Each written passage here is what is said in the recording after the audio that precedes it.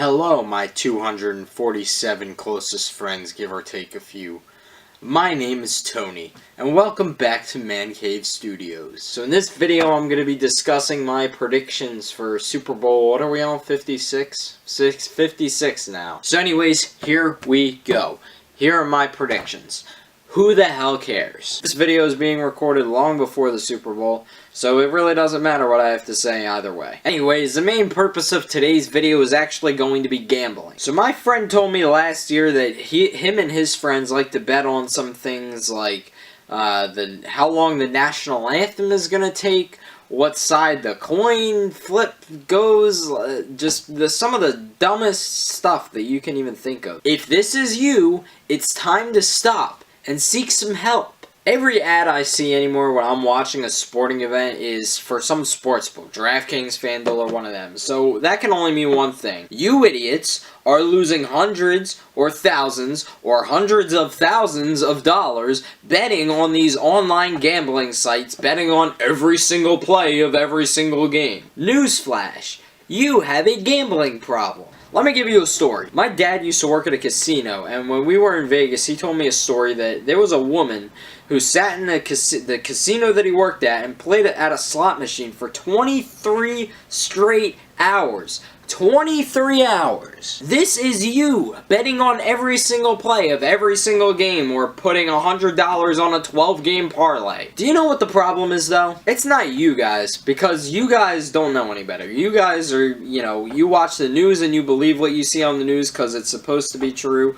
And you watch, these ads on TV saying you could bet $1 to make 100, and then you're like, oh, I can make $100 real fast. And then you go in, and then you have to put your bank account in, and at the end of the day, it goes back to the people running this, the owners of sports books. So I beg the question, why are you doing this to people? This has pretty much the same energy as when the opioid companies were paying doctors to sell opiates to their patients. I'm not saying we need like a prohibition on gambling, but simply saying, oh, if you have a problem, call 1-800-GAMBLING. That's not going to fix the problem. Giving people a number to call isn't going to fix the problem. People that are addicted aren't going to get help for being addicted. You remember how Ronald Reagan in the 1980s trafficked and sold cocaine to fund the war in Nicaragua that we really didn't need to be in as a country, and then went around and offered no rehab, and then the Democrats and the Republicans, because we'll make this equal here, the Democrats and the Republicans decided the best thing to do would be to lock people in jail who used the crack that they sold to them. How is that going exactly, by the way? Because this is pretty much the same thing. It's people, you're getting people addicted to something.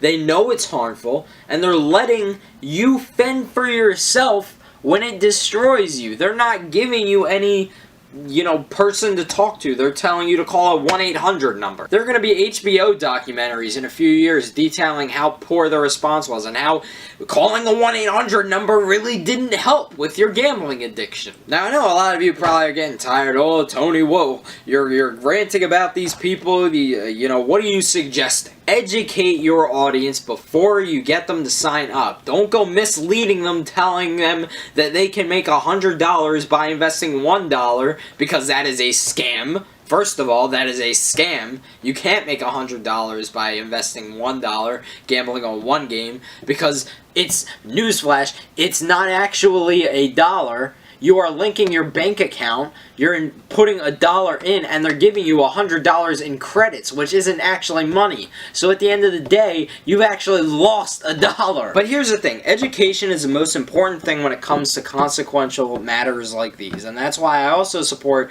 mandatory training for things like using firearms before a purchase, before being able to purchase a firearm. And I mean, it's not like forcing companies to educate people on their products is anything new. Like, the FDA requires you by law, if you make food in the United States or you sell food in the United States, by law, you have to print the nutritional ingredients and, all the nutrition information on the package. Do you think that isn't a form of education? Because it is, and they do require that. And I would make the argument that, linking your bank account to a gambling site and then putting $100 down on one team to win a game like the Super Bowl probably isn't as harmful as buying a pack of Go-Gurt tubes. And so you may ask, Tony, why would they do that? Unless it's a law well, why would they do that? Why would they make you go through this mandatory tutorial class that you're mentioning? Like, why would they do that? That's not good for business. That's just gonna get people turned off. Okay, well, if there's no God and there's no afterlife, then I guess there's no reason to do that. But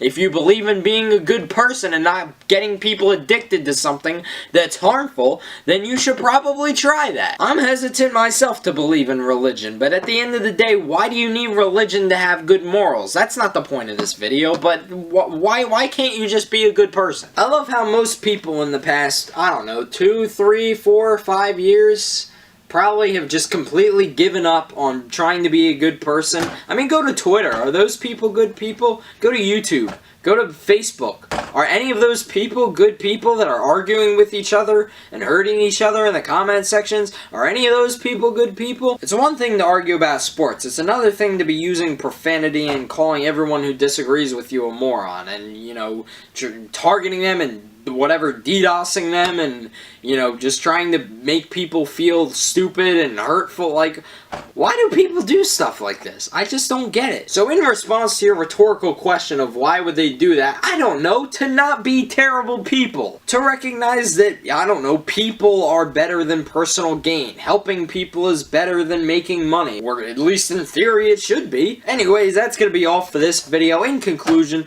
stop gambling on everything you watch. Go to rehab if you have an addiction. Don't be such an asshole, and peace out, broskies.